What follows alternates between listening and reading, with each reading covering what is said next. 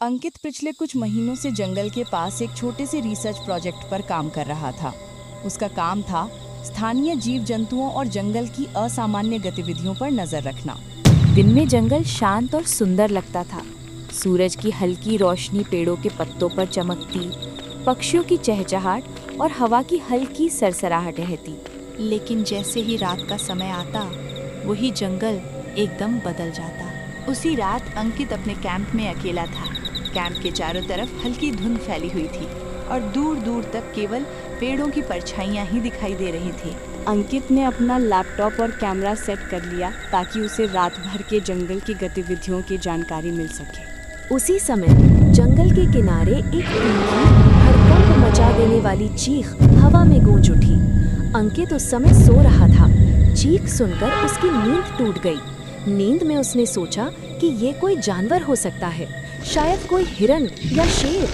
लेकिन उसकी धड़कनें तेजी से बढ़ने लगी और वो डरते हुए कैंप से बाहर निकला।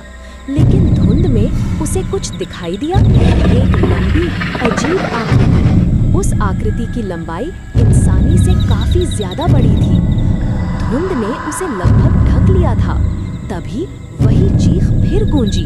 अंकित ने साहस किया, जंगल की ओर बढ़ा। उसी समय उसे याद आया कि दिन में उसने कुछ बड़े असामान्य पैर के निशान देखे थे। जैसे जैसे अंकित जंगल में आगे बढ़ा, हवाओं में हल्की सी गंध फैलने लगी। अचानक उसने देखा कि विशाल आकृति झाड़ियों के बीच से उसकी ओर झांक रही है।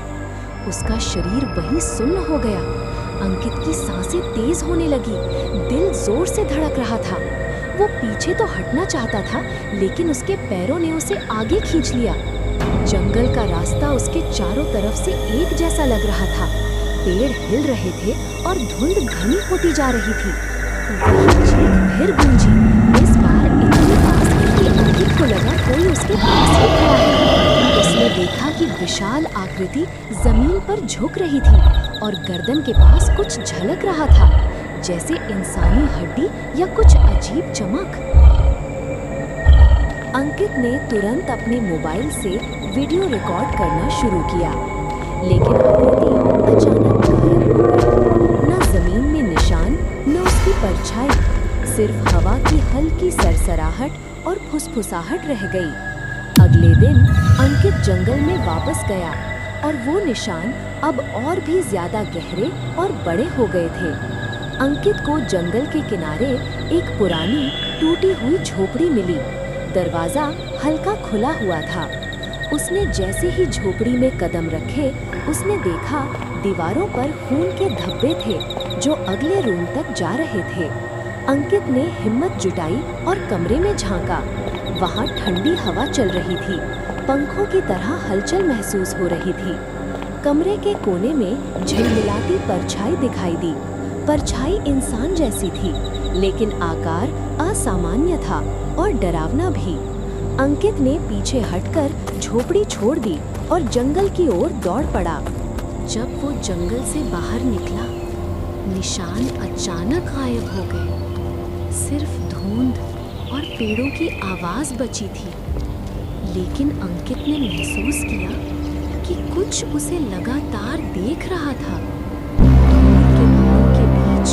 वही विशाल आकृति उसकी ओर झांक रही थी। अगले हफ्ते अंकित ने सोचा कि जंगल के पास किसी के साथ जाना चाहिए, लेकिन कोई भी उसके साथ नहीं गया। सब लोग उसे पागल समझने लगे, लेकिन अंकित जानता था ये सब सच था। रात की चीख, विशाल आकृति और जंगल सब असली थे।